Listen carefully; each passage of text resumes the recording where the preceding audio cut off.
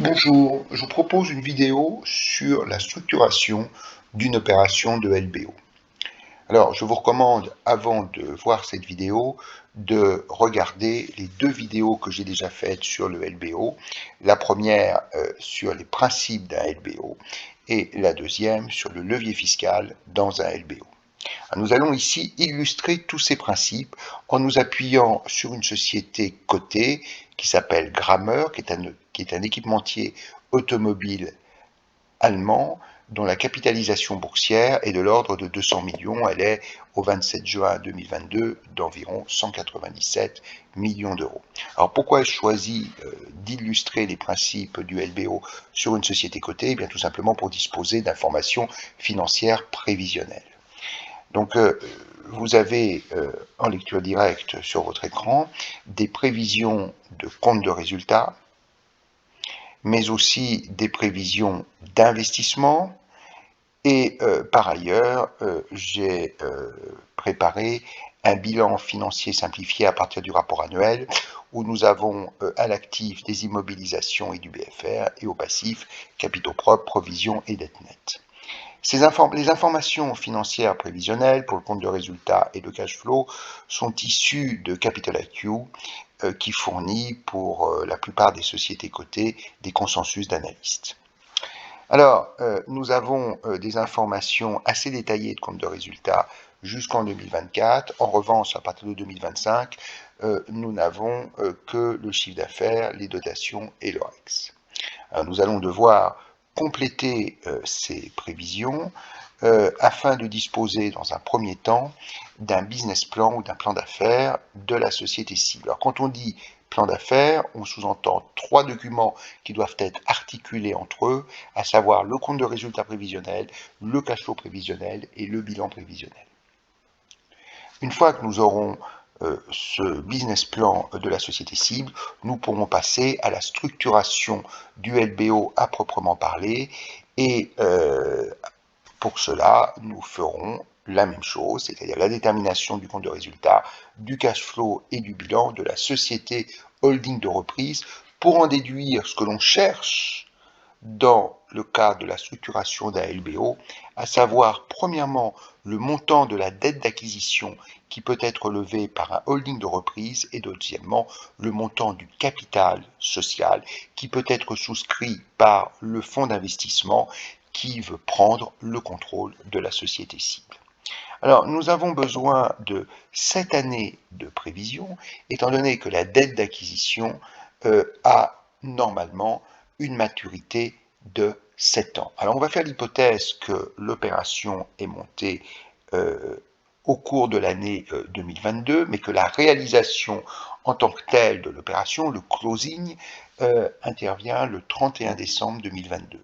Donc ça signifie que la dette d'acquisition sera remboursée entre 2023 et 2029. Donc, comme on a des prévisions fournies par Capital IQ jusqu'en 2030, eh bien, on fera un compte de résultat, un cash flow et un bilan prévisionnel jusqu'en 2030. Alors, nous avons des prévisions de chiffre d'affaires. Il s'agit dans un premier temps de s'assurer qu'elles ne sont pas exagérément optimistes, sachant que les analystes considèrent qu'en France, le taux de croissance du secteur des équipementiers automobiles devrait être de 2%. Alors faisons le calcul du taux de croissance, c'est-à-dire prenons en 2022 le CA de 2022 rapporté au CA 2021, le tout moins 1, ça nous fait 2,9%. Bon, c'est plus élevé, mais ce n'est pas significativement différent de ce que nous avons en tête pour la France. Et donc je peux étirer, pour étendre la formule, le taux de croissance jusqu'en 2030. Alors le BE n'est disponible que jusqu'en 2024. Alors nous allons calculer un taux de marge de BE, c'est-à-dire le ratio EBE sur CA. Donc le BE est juste au-dessus, le CA est 3 lignes plus haut, et donc nous avons ainsi un taux de marge de BE qui est porté de 5,4% en 2021 à 8,2% en 2024. Alors, il n'est pas surprenant que ce taux de marge soit en progression. Il s'agit évidemment d'objectifs que la société a dû se fixer en interne. Est-ce que, au-delà de 2024, le taux de marge de BE va continuer à progresser? Très probablement. En tout cas, on est sur une chose, c'est que la société va tout faire pour continuer à le faire progresser. De combien, nous n'en avons aucune idée. Ce qui est tout à fait classique dans le cadre de l'extrapolation d'un business plan. Et dans ce contexte, la méthode qui est à la fois la plus simple et la moins critiquable, parce que la plus conservatrice, est celle qui consiste à dire qu'à partir de 2024, eh bien, le taux de marge de BE sera toujours de 8,2%. Ça veut dire qu'en 2025, le taux de marge est égal à 8,2%, et donc on peut étendre la formule jusqu'en 2030. Alors, si nous disposons du ratio EBE sur CA et du CA, par un banal produit en croix, en appliquant le ratio EBE sur CA au CA, on obtient directement le BE. Voilà. Alors, ensuite, nous avons les dotations qui nous sont fournies, et je voudrais faire remarquer que si je fais la somme algébrique EBE plus le montant négatif des dotations, à part en 2021, nous ne retrouvons pas le REX. Nous ne retrouvons pas le REX parce qu'il y a d'autres éléments d'exploitation, d'autres produits et charges d'exploitation qui concourent à la formation du REX et qu'il convient, pour la bonne forme, de faire apparaître. Donc ce que l'on constate, c'est que si on fait, par exemple en 2022, EBE moins dotation, on obtient 34, on devrait obtenir 24, ça veut dire qu'il convient de déduire 10. Il convient de déduire l'écart entre le 24 et la somme algébrique 110 moins 76. Ce qui nous fait moins 10. Alors cet écart peut évidemment être étendu sur toute la période qui va donc de 2021 à 2030. Alors ensuite, nous avons les frais financiers, et je ne vous cacherai pas que dans le cadre de la base de données de Capital IQ, on avait des frais financiers qui étaient fournis également pour 2023 et pour 2024. Je ne les ai pas repris pour la raison suivante. Les prévisions de la société, reprises bien évidemment par les analystes, font une hypothèse de taux de distribution de dividendes qui, en général, pour une entreprise industrielle ou commerciale, est compris entre 20 et 50%. À partir du moment où la société devient la cible d'un LBO, elle doit changer sa politique de distribution et faire en sorte que 100% de son bénéfice soit versé sous forme de dividendes à son actionnaire qui est la société holding. L'idée est que les dividendes versés par la cible au holding doivent être maximisés afin d'optimiser le service de la dette d'acquisition. Donc à partir du moment où on change la politique de distribution, à partir du moment où on augmente le taux de distribution, eh bien on affecte plus de cash à la distribution de dividendes, ce qui augmente la dette nette, ce qui augmente les frais financiers, et ce qui fait surtout qu'on ne peut pas retenir les frais financiers qui viennent du consensus d'analystes, au sens où il faut les recalculer. Mais pour pouvoir recalculer des frais financiers, encore faut-il disposer de la dette nette qui se trouve dans le bilan que l'on aura sous peu. Alors, on va faire à ce stade comme si on disposait des frais financiers, et ensuite, naturellement, ils apparaîtront d'eux-mêmes, et les autres postes, le RCAI, l'IS et le résultat net, s'ajusteront en conséquence. Alors, avant de calculer le RCAI, je voudrais faire remarquer que si je regarde l'année 2022, j'ai un REX de 24, j'ai des frais FI de moins 19, ça veut donc dire que le RCAI devrait être de 5. En réalité, il est de 7. Ça veut dire qu'il manque 2, qu'il faut donc réintégrer pour bien évidemment avoir un tableau qui est parfaitement cohérent. Donc ces deux, c'est l'écart entre le 7 et la différence entre le REX et les frais FI. Voilà, alors il n'y a pas de différence l'année d'avant, et on va considérer qu'ensuite ce sera 0. Alors, le RCAI, on peut désormais le calculer comme étant la somme algébrique du REX, des frais FI qui seront bien évidemment signés négativement, et le cas échéant des autres éléments. Alors, à ce stade, à partir du moment où nous n'avons aucun frais financier, parce que nous ne connaissons pas encore la dette nette prévisionnelle, il va sans dire que le RCAI est égal au REX. Mais ça, c'est appelé à changer. Alors, ensuite, nous avons l'IS. Alors, l'IS qui est de 3 en 2022. Donc, si on veut calculer le taux d'IS en faisant 3 sur 7, j'ai mis un moins pour ne pas avoir un taux d'IS négatif, ça nous fait 39%. Alors, à partir de 2023, on va faire l'hypothèse que le taux d'IS est beaucoup plus normalisé et on va donc considérer 30%. Voilà, donc on va prendre 30% à partir de 2023, c'est-à-dire que ce sera le taux que l'on retiendra jusqu'en 2030. Et si nous connaissons le taux d'IS, 30%, que nous connaissons le RCAI, eh bien on en déduit l'IS en faisant moins pour faire apparaître l'IS négativement, 30% que multiplie le RCAI, ce qui nous fait pour l'année 2023, moins 22, et on peut étendre la formule jusqu'au bout et même calculer le résultat net qui sera la somme algébrique du RCAI et de l'IS déjà signé négativement.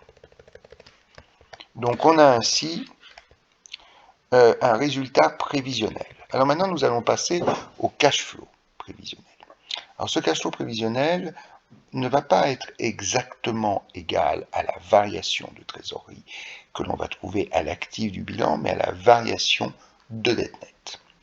Alors, parce que je veux faire évoluer le bilan financier simplifié où apparaît non pas une trésorerie d'actifs d'un côté et une dette financière de l'autre, mais directement une dette nette. Alors, comment est-ce qu'on va calculer le cash flow? Pour déterminer ce cash flow, on va s'inspirer de ce que tout le monde a en tête sur le calcul du free cash flow retenu dans l'approche DCF. Alors, rappelons que dans l'approche DCF, on part, pour faire le calcul du free cash flow, du résultat opérationnel net, ce que les anglo-saxons appellent le net operating profit after tax.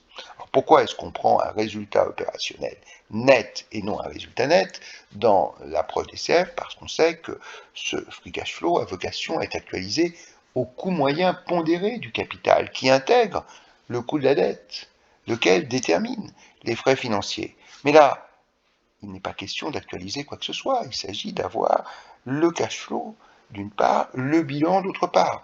Donc on va partir non pas d'un résultat opérationnel net, mais du résultat net de la société que l'on vient d'ailleurs précisément de déterminer juste au-dessus. Donc je peux étendre la formule. Alors, normalement, on réintègre les dotations, ce que l'on va faire, mais avant cela, n'oublions pas qu'il y a une sortie de cash extrêmement importante, notamment dans le cadre d'un LBO, qui est la distribution de dividendes.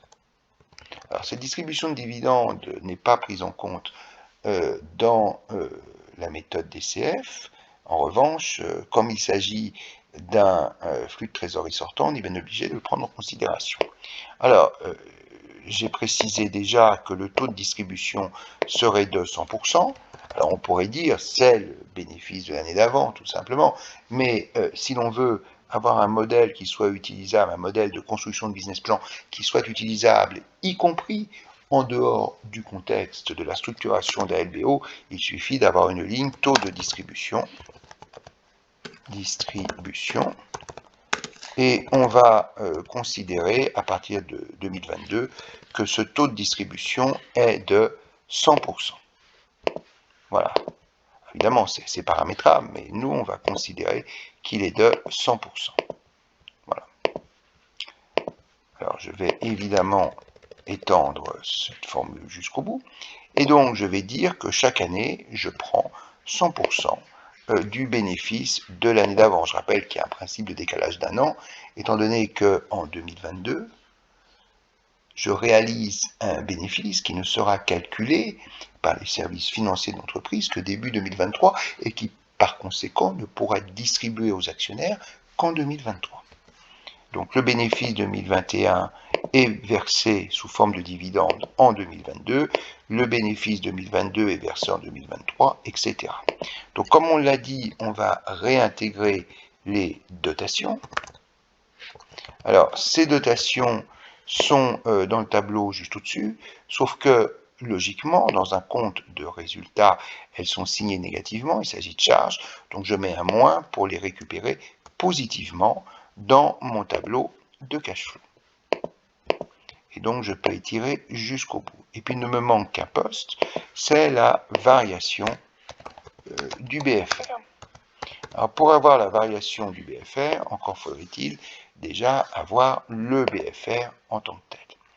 Et ce BFR, il est dans le bilan. Alors nous allons projeter le bilan prévisionnel, ou tout au moins commencer à le projeter, nous focaliser dans un premier temps sur le BFR, ce qui nous permettra d'en déduire la variation du BFR qu'il conviendra de soustraire dans le calcul du cash flow. Alors, nous allons, pour projeter ce BFR, calculer le ratio BFR sur CA. Alors, ce BFR, pourquoi est-ce qu'on rapporte le BFR au chiffre d'affaires, qui va constituer finalement un driver, un fil directeur de la construction de ce business plan? Tout simplement parce que, quand on y réfléchit bien, tous les agrégats financiers qui concourent à la formation du BFR ont un lien avec le chiffre d'affaires. Ce que je veux dire, c'est que si le chiffre d'affaires augmente, à délai de paiement des clients constant, les créances vont augmenter. Si on pense que l'activité, c'est-à-dire le chiffre d'affaires, va augmenter, il va falloir se constituer plus de stock pour répondre à la demande. Et au passage, se procurer des produits intermédiaires, des produits finis, bref, faire appel à des fournisseurs qui, à degré de paiement constant, vont voir leur montant augmenter. Donc on va indexer pour cette raison le BFR sur le CA en faisant le ratio BFR sur CA en 2021. Voilà, donc nous avons 7% et nous allons garder ce 7% au-delà de 2021. Et bien évidemment, pour chaque année, si nous connaissons ce qui est le cas, le ratio BFR sur CA, si on applique le ratio BFR sur CA au CA, qui est sur la toute première ligne, tout en haut, eh bien, nous en déduisons le BFR. Voilà, donc la croissance de l'activité se traduit par une croissance du BFR. Et c'est justement cette croissance du BFR, par exemple de 4 en 2021, je passe de 134 à 138, j'augmente de 4, qui doit être déduite dans le calcul du free cash flow. Donc si on se met en 2022, on va dire qu'il convient de déduire, donc je mets un moins, la différence entre le 138 et le 134. Ce qui nous fait bien sûr moins 4. Et ce moins 4, évidemment, c'est une formule que je peux étendre jusqu'au bout. Et ayant obtenu tout cela, je peux directement calculer le cash flow.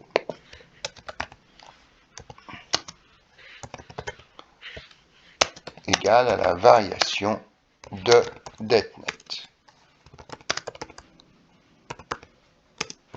Voilà, donc je fais tout simplement pour chaque année la somme algébrique de tous les agrégats que nous avons ici, depuis le résultat net jusqu'à la variation du BFR. Donc nous avons par exemple moins 2 en 2022 et je peux étendre jusqu'à la fin. Alors nous avons des cash flows systématiquement négatifs. Bon, il faut reconnaître aussi qu'on a systématiquement plus d'investissement que de dotation, et que nous avons une variation du BFR positive, et comme on doit déduire cette variation, ça contribue à creuser le cash flow négatif. Donc voilà pour le cash flow. Alors une fois que nous avons le cash flow, nous pouvons en déduire le bilan prévisionnel. Alors je recommande, avant de poursuivre cette vidéo, de regarder l'autre vidéo que j'ai faite sur l'équilibrage du bilan prévisionnel. Donc je fais la démonstration arithmétique par récurrence. Alors nous avons à construire le bilan prévisionnel. Évidemment, la difficulté, c'est d'avoir 2022, parce que si on a 2022, ensuite, il suffit d'étendre les formules pour avoir le bilan jusqu'en 2030. Alors, les IMO, je les calcule à partir des IMO de l'année d'avant. Rappelons que dans un bilan, on ne remet jamais les compteurs à zéro. Le patrimoine de l'entreprise ne se volatilise pas pendant la nuit de la Saint-Sylvestre, donc je repars toujours du montant des IMO de l'année d'avant. Je rajoute les investissements. Alors, les investissements sont juste au-dessus, sauf qu'ils sont signés négativement dans un calcul de cash flow. Donc, je mets un moins pour les récupérer positivement. Et bien évidemment, les IMO diminuent des dotations.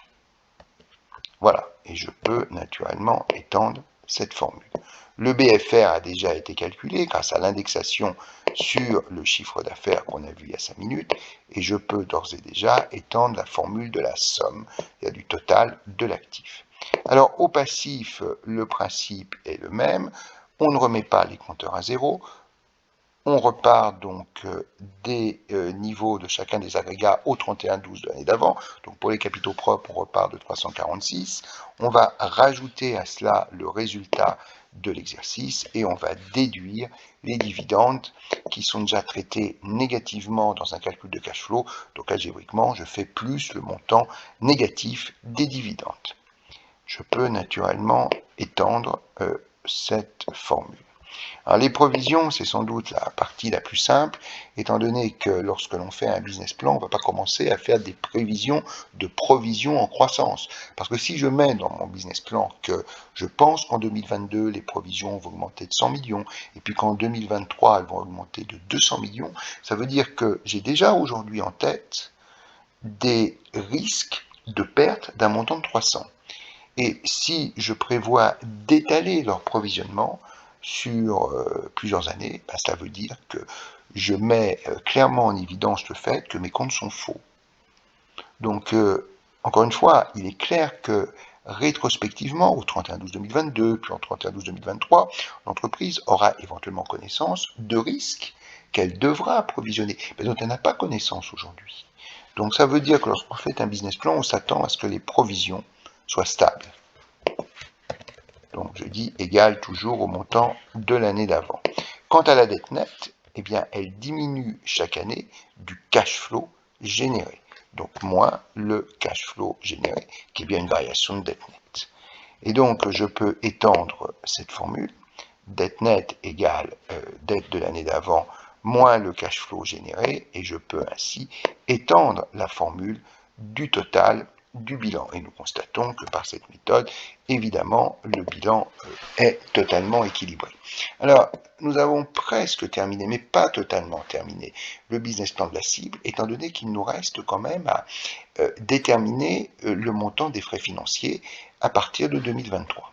Alors, pour avoir le montant des frais FI, il serait peut-être bon d'avoir une hypothèse sur le coût de la dette. Alors, il est bien clair qu'à l'heure actuelle, on est dans une logique de hausse des taux d'intérêt. On va prendre par exemple 3%, qui me semble un minimum pour de la dette corporate à l'heure actuelle. Et d'ailleurs, je suis même en train de réaliser que cette société est très endettée. Il suffit de regarder les comptes pour s'en convaincre. On a 420 de dette et 346 de capitaux propres. Si on faisait le rapport dette sur EBE, on verrait que ce ratio n'est pas satisfaisant non plus.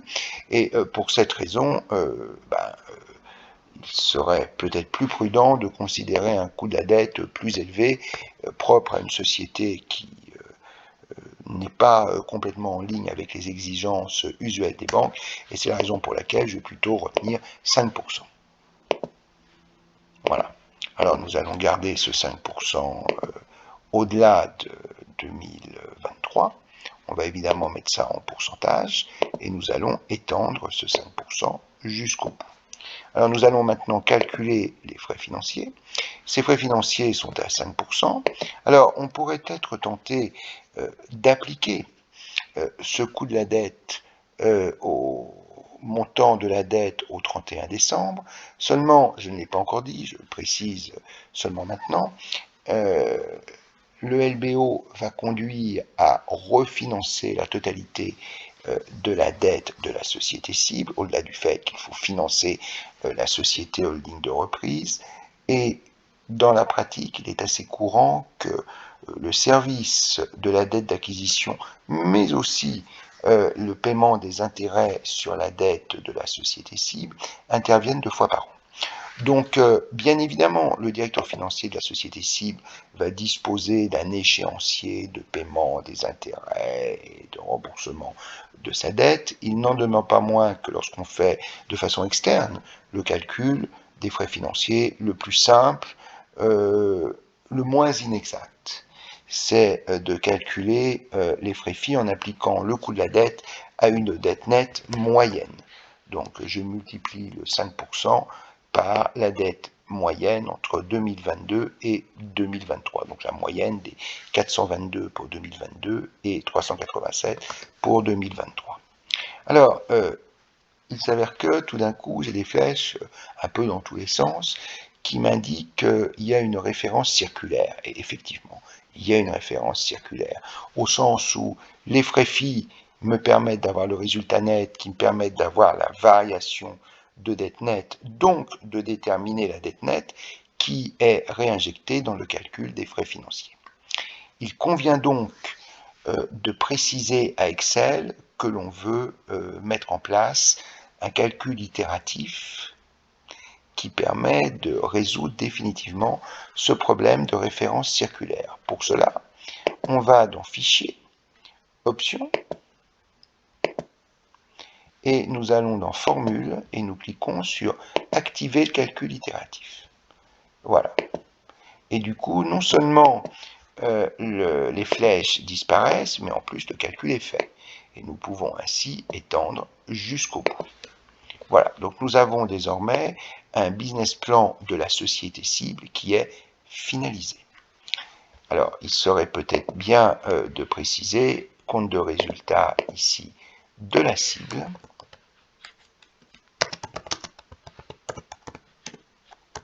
De même qu'il serait pas mal de préciser cash flow de la cible. Alors je prends cette précaution parce que maintenant nous allons parler du holding. Nous allons avoir ces mêmes tableaux pour bien évidemment la société holding. Voilà, j'essaye de resserrer un petit peu les colonnes, c'est bon, pour pouvoir bien voir toutes les informations. Voilà.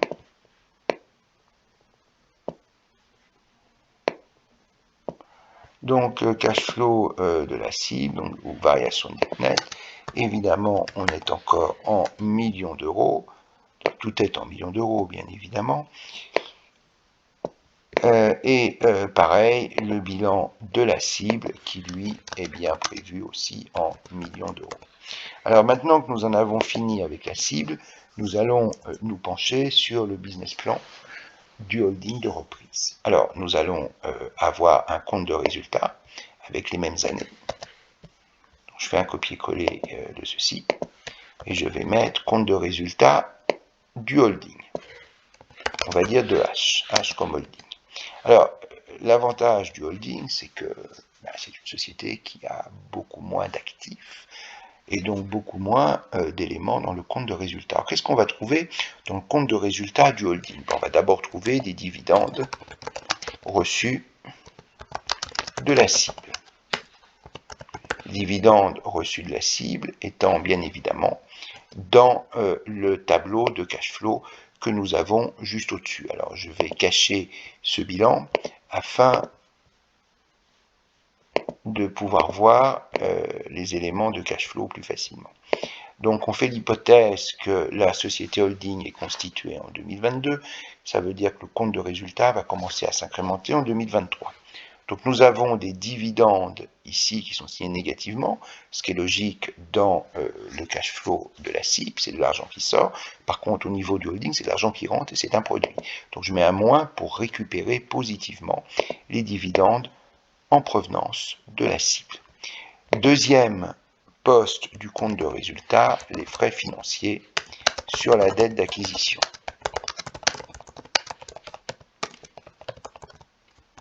Alors, pour avoir des frais financiers sur la dette d'acquisition, encore faudrait-il connaître la dette d'acquisition, qui est précisément ce qu'on cherche. Donc, on ne les a pas pour l'instant. Par ailleurs, il va y avoir l'IS.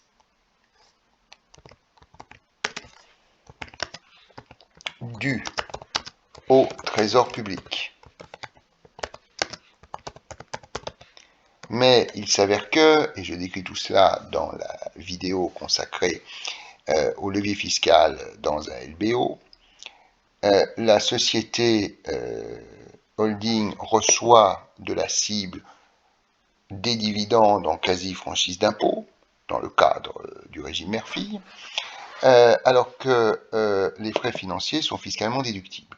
Ça veut dire que dans le cadre du régime mère-fille, en réalité on devrait dire du régime des sociétés mères et filiales, mais tout le monde dit du régime mère-fille, eh bien les frais financiers génèrent un déficit fiscal qui n'est pas utilisable. Pour permettre l'utilisation de ce déficit fiscal, les dividendes n'étant quasiment pas fiscalisés, plutôt que de s'inscrire dans le cadre du régime mère-fille, on va s'inscrire dans le régime de l'intégration fiscale.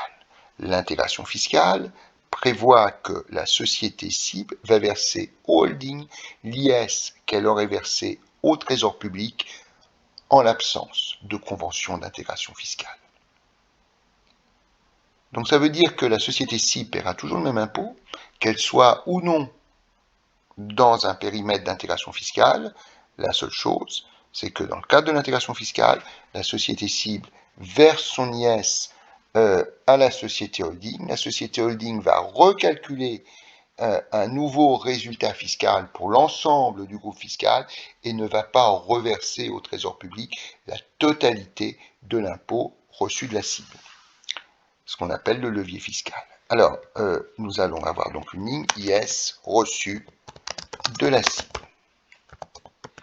Alors, cet IS reçu de la cible, c'est le montant d'IS qui est prévu dans le compte de résultat de la cible. Alors, dans le compte de résultat de la cible, à partir de 2023, nous avons ici un IS, il est signé négativement. Effectivement, c'est de l'argent qui sort, c'est une charge au niveau de la cible, eh bien, ce sera un produit pour la société holding de reprise, donc je mets un moins pour récupérer positivement ce montant. Et lorsque je connaîtrai à la fois les dividendes, les frais FI, l'IS reçu de la cible et l'IS dû pour l'ensemble du groupe fiscal au trésor public, je serai en mesure d'en déduire le résultat net. Alors ce résultat net qui sera la somme algébrique de tout ce qu'on a au-dessus, c'est-à-dire dividendes moins frais FI plus IS reçu de la cible moins IS dû au trésor public. On peut naturellement étendre cette formule jusqu'au bout. Puisque c'est la dernière ligne du tableau, je vais mettre tout ça en gras et je vais le mettre en évidence. Et nous allons avoir un autre tableau qu'on va faire juste en dessous pour déterminer l'IS dû au trésor public. Donc on reprend les années et on va mettre IS de H.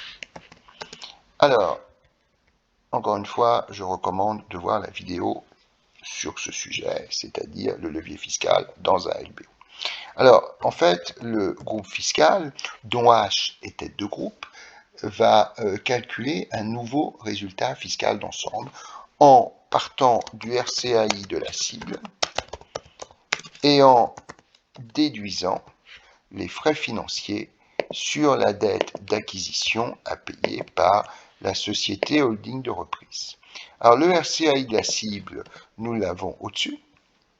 Nous l'avons bien évidemment dans le compte de résultat de la cible.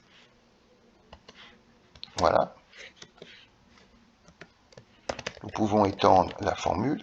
Les frais FI sur la dette d'acquisition, nous ne les avons pas encore, mais on finira bien par les avoir. Et quand on les aura, ils figureront sur la ligne 54. Donc je vais déjà chercher ce qui correspond à la ligne 54.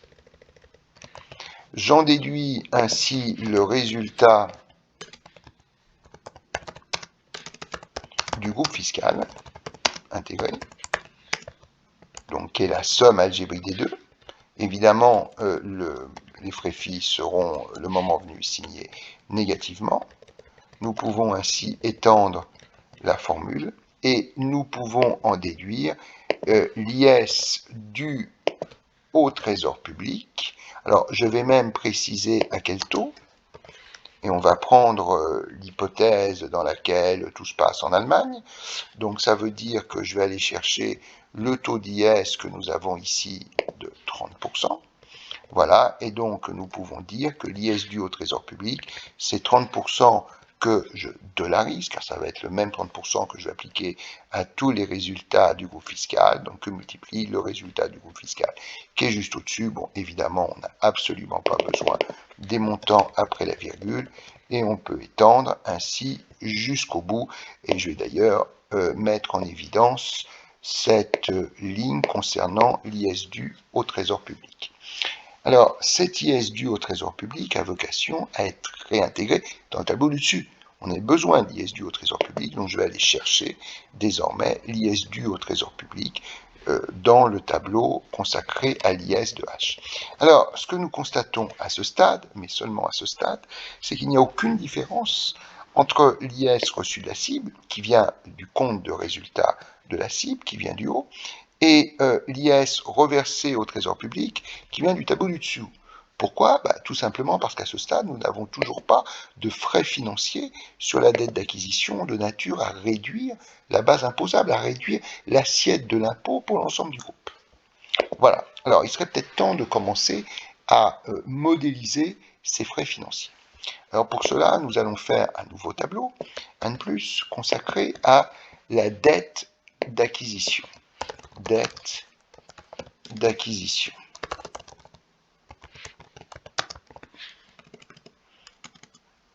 Levé par H.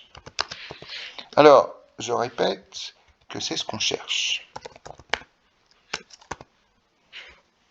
Alors, c'est ce qu'on cherche, mais histoire de générer des montants et de mettre toutes les formules qu'il convient d'avoir dans le modèle, on va prendre un montant au hasard. Et le but, ça va être d'affiner ce montant. Alors, rappelons que la société, elle vaut en bourse à peu près 200 millions. D'accord? Donc, le plus simple, c'est de dire, on va imaginer qu'on lève 100 millions de dettes. Alors, je mets ça en rouge parce qu'il faut garder à l'esprit que ce montant, il est totalement faux. Mais à la fin de la structuration du LBO, il sera totalement juste. Alors, nous allons prévoir une ligne remboursement ou amortissement du principal, c'est pareil. Alors, le principe est le suivant, cette dette, elle est remboursée par amortissement constant sur 7 ans. Ça veut dire que chaque année, on va rembourser un septième. Donc, chaque année, on rembourse 100 divisé par 7. Et je mets un moins pour avoir un nombre négatif. Voilà, moins 14. Et donc, ça va être tous les ans moins 14, et ce, pendant 7 ans, c'est-à-dire jusqu'en 2029. Ce qui veut dire que la dette d'acquisition, elle diminue de 14 chaque année. Donc la dette d'acquisition, c'est la dette d'acquisition de l'année d'avant, plus le moins 14 que l'on a prévu à la ligne du dessous. Et si j'étends la formule jusqu'au bout, je constate qu'en 2029, j'ai tout remboursé. Et en 2030, il n'y a pas plus de dette, c'est toujours zéro. Alors, parlons un petit peu de coût de la dette maintenant. Alors, ce que je voudrais dire, c'est que cette dette d'acquisition, parce qu'elle correspond à des montants élevés, 100 millions, ça commence à être une somme très respectable, même pour une banque, elle va être levée à taux variable. Les banques se refinancent sur le marché interbancaire à taux variable, et pour éviter d'être en position de taux, pour éviter d'être exposées au risque de taux, elles vont prêter aux entreprises à taux variable. Quand on prête à taux variable, on indique deux informations. La première, c'est le taux de référence, qui lui varie tous les jours. Et en règle générale, c'est l'Euribor. Donc je note Euribor, et comme je l'ai dit, le service de la dette va intervenir 2 fois par an, donc la référence, ça va être l'Euribor 6 mois. Alors l'Euribor 6 mois, aujourd'hui, il est de 0,223%. Voilà. À cela s'ajoute une marge sur Euribor. Donc cette marge, elle est de l'ordre de 3%. Voilà. Et puis, en réalité, cette idée selon laquelle la dette est à taux variable a quelque chose de perturbant pour le fonds d'investissement qui examine de près le plan d'affaires de la société holding de reprise, au sens où, par définition, un business plan comporte une grande part d'incertitude, mais alors là, si en plus de l'incertitude opérationnelle, on ajoute une incertitude financière, ça devient vraiment problématique. Et donc, j'ai précisé, et je le confirme, que la dette est levée à taux variable, mais l'établissement financier va proposer au fonds d'investissement d'échanger, de troquer, de swapper, dirait-on en franglais, ce taux variable contre du taux fixe. Mais évidemment, le fait de swapper le taux variable contre du taux fixe a un coût. Il faut acheter un swap et le coût du swap de taux est de l'ordre de 1%. Voilà. Alors, si je fais la somme algébrique de tous ces montants, je vais avoir le coût de la dette. Le coût total.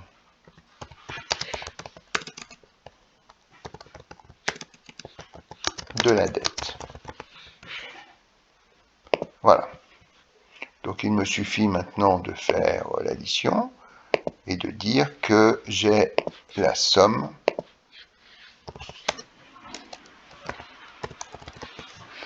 de ces trois montants. Ce qui nous fait évidemment 4,223%. Alors à partir du moment où on a échangé, on a swappé le taux variable contre du taux fixe, on peut considérer que le coût sera chaque année et jusqu'au remboursement total de la dette 2029 de 4,223%. Donc en admettant que les montants qui figurent ici sont justes, évidemment ils ont vocation à être affinés, on peut calculer les frais financiers en disant que l'on applique le 4,223%, je mets un moins parce que c'est une charge financière, que multiplie la dette moyenne, c'est-à-dire la moyenne des montants de 2022 et de 2023. Voilà, évidemment, on va s'empresser de faire disparaître les chiffres après la virgule, et nous avons ainsi chaque année des frais financiers qui logiquement sont en diminution, puisqu'il y a de moins en moins de dettes, puisqu'on la rembourse. Et cela signifie également, à partir du moment où on a intégré dans le calcul des frais financiers, que l'IS reçu de la cible est différent de l'IS reversé au trésor public. Voilà, alors l'écart n'est pas gigantesque, enfin il existe bel et bien chaque année. Voilà, alors nous avons, il faut le reconnaître, des frais FI qui sont relativement limités parce que nous avons une dette qui est de 100 millions, voilà, et qui diminue d'année en année. Alors, nous allons maintenant passer au cash flow de H. Cash flow de H. Et ce cash flow de H doit être considéré comme étant la variation de trésorerie nette. Alors, comment est-ce qu'on calcule le cash flow? Ben, on repart comme d'habitude du résultat net. Le résultat net à partir de 2023, ça suffira, qui est ici de 2, puis de 35, etc. Alors, je passe plutôt 2 ici, voilà, et puis ensuite on peut étendre jusqu'en 2029, voilà. Ensuite, on peut même aller jusqu'en 2030, enfin, ça n'a pas tellement de sens d'aller au-delà de 2029. Alors, est-ce qu'il y a des dotations à rajouter? La réponse est non, étant donné qu'il n'y a pas d'actifs corporels ou incorporels à amortir. Est-ce qu'il faut enlever des investissements? Non, parce que le holding n'a pas vocation à investir. Il a investi au départ dans les actions de la cible et ensuite c'est terminé. Est-ce qu'il y a vocation à déduire une variation du BFR? Non, parce que ce holding n'a ni client, ni stock, ni fournisseur, donc ni BFR, ni variation de BFR. Et est-ce qu'il faut déduire des dividendes versés par H au fonds d'investissement? Étonnamment non, parce que le fonds d'investissement va accepter l'augure de ne recevoir aucun dividende afin que la totalité du cash disponible au niveau de H soit affectée au service de la dette d'acquisition. Donc finalement, il n'y a pas grand-chose.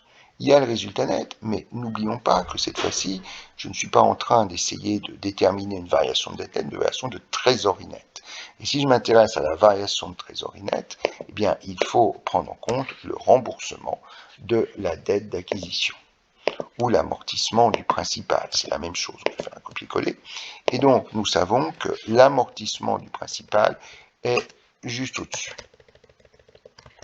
Voilà, alors nous avons ainsi la possibilité désormais de calculer le cash flow comme étant la variation de trésorerie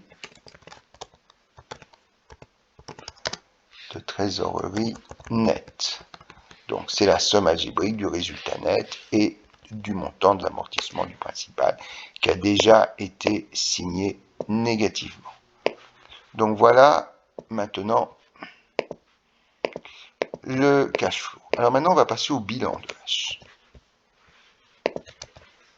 Donc, bilan de H.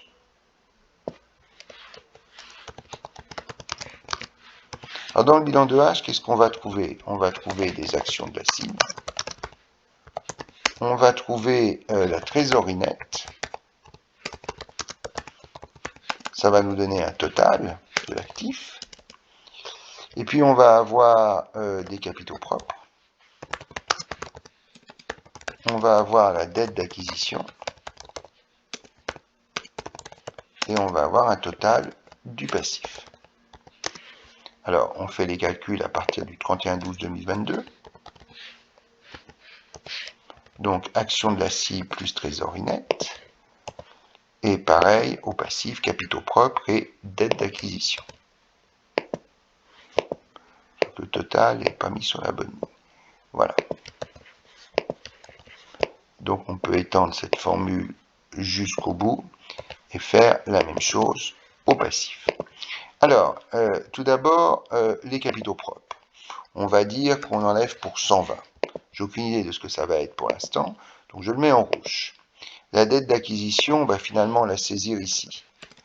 On va mettre 100, là, je veux juste revoir quel était le montant, 197, c'est ça. Donc là, on fait comme si on raisonnait sur 220. Voilà, donc le montant de la dette, on l'a saisi finalement ici, ce qui veut dire que le 100 qui est ici, on va plutôt aller le chercher en dessous. Voilà. Et donc, on va faire l'hypothèse que très rapidement, ce 100 sera juste, et donc, je le mets en noir. Alors, nous avons ainsi l'hypothèse d'une société qui serait rachetée pour 220. Dans ce cas, les actions de la cible seraient valorisées 220. Et donc, on aurait levé 220 de cash, affecté intégralement à l'acquisition des actions de la cible. Ça veut dire qu'il ne reste plus rien en caisse dès l'instant qu'on a levé les fonds 220 et qu'on a acheté les actions de la cible. Donc, on part avec une trésorerie de 0. Les actions de la cible, on fait l'hypothèse qu'elles n'ont pas à être provisionnées dans le futur, parce que ça voudrait dire que la cible serait en perte, et dans ces conditions, il n'y a plus vraiment de raison de se pencher sur le LBO. Quant à la trésorerie, elle augmente chaque année de la variation de trésorerie, dont le montant est juste au-dessus. Donc je prends toujours le montant de l'année d'avant, je suis dans un bilan, je ne suis pas dans un compte de résultat, je ne remets pas les compteurs à zéro, je repars donc du montant de l'année d'avant, donc 0 plus le moins 13 qui est ici. Voilà. Alors, ensuite, si nous nous penchons sur le passif, nous avons des capitaux propres de 120. Ils augmentent chaque année du bénéfice, du résultat net, qui est juste au-dessus. Je peux donc étendre la formule. Quant à la dette d'acquisition, on est encore une fois dans le bilan, on repart de l'année d'avant, et elle diminue de l'amortissement donc du principal. Donc je rajoute algébriquement plus le montant signé négativement de l'amortissement du principal. Alors, on n'a pas besoin, encore une fois, de tous ces chiffres après la virgule, ça sert strictement à rien, et bien évidemment, on peut étendre cette formule jusqu'au bout et constater ainsi qu'on a systématiquement un bilan équilibré jusqu'à la fin. Alors, il reste maintenant à affiner cette dette d'acquisition. Cette dette d'acquisition, on voit dans le tableau dont on dispose qu'elle est trop élevée. Pourquoi elle est trop élevée? Parce que elle conduit à une trésorerie nette négative en 2023. On aurait pu avoir une trésorerie nette négative au-delà de 2023. Si on avait mis 150, on aurait eu une trésorerie négative aussi en 2024. Alors, ça veut dire quoi une trésorerie nette négative?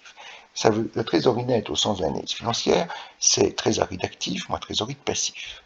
C'est-à-dire VMP, disponibilité pour la trésorerie d'actifs, moins notamment le découvert. Ça veut dire quoi? Ça veut dire que cette société est obligée de recourir au découvert pour assurer ou assumer le service de sa dette d'acquisition, ce qui est une aberration, mais ce qui surtout est généralement proscrit au sens où le contrat correspondant à la dette d'acquisition va intégrer ce qu'on appelle une clause de sauvegarde, en anglais un covenant, selon lequel il est impossible pour la société holding de reprise de s'endetter une fois que la dette d'acquisition a été levée. Sans quoi, toute la dette devient immédiatement exigible, ce qui est impossible et ce qui mettrait fin au LBO. Alors, on va baisser le 150, on va essayer 50. Alors, si on met 50, ça va encore, mais on a encore moins 4. Donc on va essayer 40, ça fait moins 2, 30, moins 1, 20, 25. Voilà. Bien, alors il ne nous reste plus qu'à déterminer le montant du capital du holding de reprise qui peut être souscrit par le fonds d'investissement. Alors rappelons que l'horizon d'investissement du fonds est de 3 ans. Ça veut dire que l'objectif du fonds, c'est de sortir, c'est-à-dire de revendre ses actions du holding dans 3 ans, et à cette occasion de dégager un TRI, un taux de rendement interne, de 20%. Si tel est le cas, et je renvoie pour cela à ma vidéo sur les principes du LBO, le montant que le fonds d'investissement peut payer, le montant de sa souscription au capital du holding de reprise, c'est la valeur actualisée au TRI de son prix de sortie. Alors, reste à savoir comment on va déterminer le prix auquel le fonds d'investissement va sortir dans 3 ans. Alors, l'idée est très simple. L'idée est celle du statut boursier inchangé. L'idée va être que le multiple, par exemple de BE, d'entrée, ou le multiple auquel on constate que la société se valorise au regard, par exemple, de l'EBE, l'année de structuration de l'opération sera inchangée au cours du temps. Ça veut dire que si en 2022, la société cible est valorisée sur un multiple, par exemple, d'EBE de 10, eh bien, la valeur de sortie sera calculée sur la base d'un multiple d'EBE de 10. On fait l'hypothèse que les perspectives de croissance et d'évolution de la profitabilité de la cible seront inchangées au cours du temps, ce qui légitime alors la stabilité du multiple boursier. Alors, on va commencer par calculer le multiple d'EBE en 2022. Pour cela, on va faire un nouveau tableau, qui sera d'ailleurs le dernier, qui va être consacré au capital de H, souscrit par le fonds d'investissement. Donc si je veux un multiple de BE, un multiple boursier de BE, je vais considérer la capitalisation boursière de la cible. Alors, en 2022, nous savons qu'elle est de 197 millions d'euros. Je rajoute la dette nette de la cible, que l'on va aller chercher dans son bilan, naturellement. Et le bilan de la cible nous conduit à constater que la dette nette en 2022 devrait être de 422. Ce qui nous fait, en faisant l'addition de ces deux montants, une valeur d'entreprise égale à 197 plus 422, c'est-à-dire 619. Alors, on va rapporter ça à l'EBE. Donc en 2022, l'EBE que je vais chercher bien évidemment dans le compte de résultat est 210.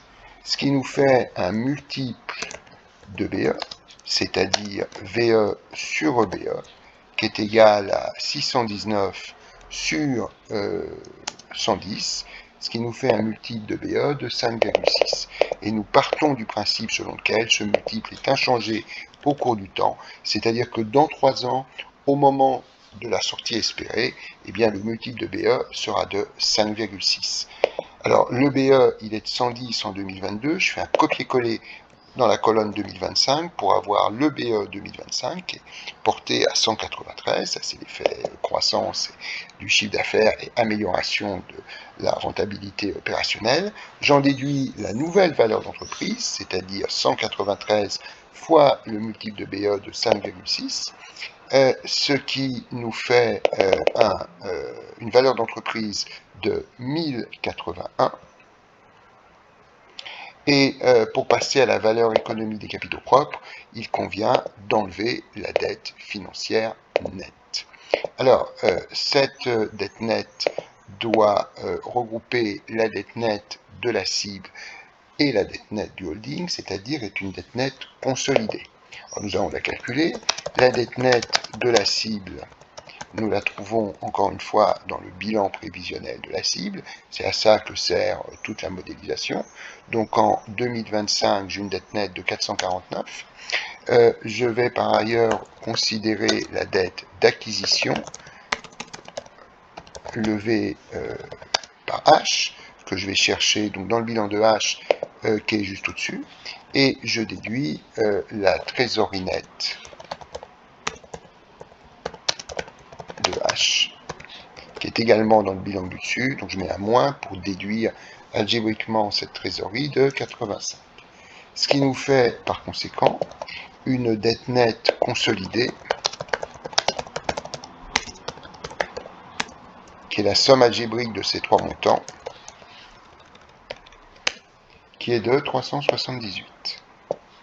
Voilà. Alors, si je veux la valeur de sortie,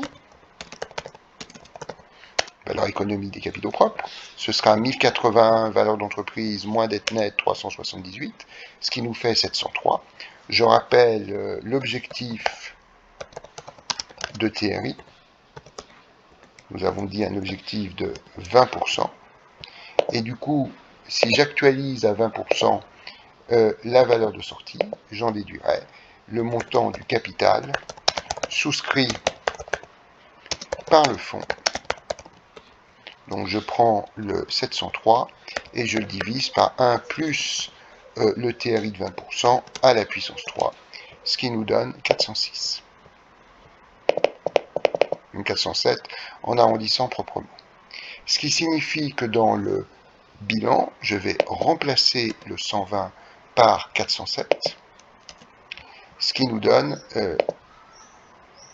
du coup une levée totale de fonds, capital auprès du fonds d'investissement et dette auprès des banques de 432, ce qui veut dire que dans ce contexte, la cible serait valorisée à 432.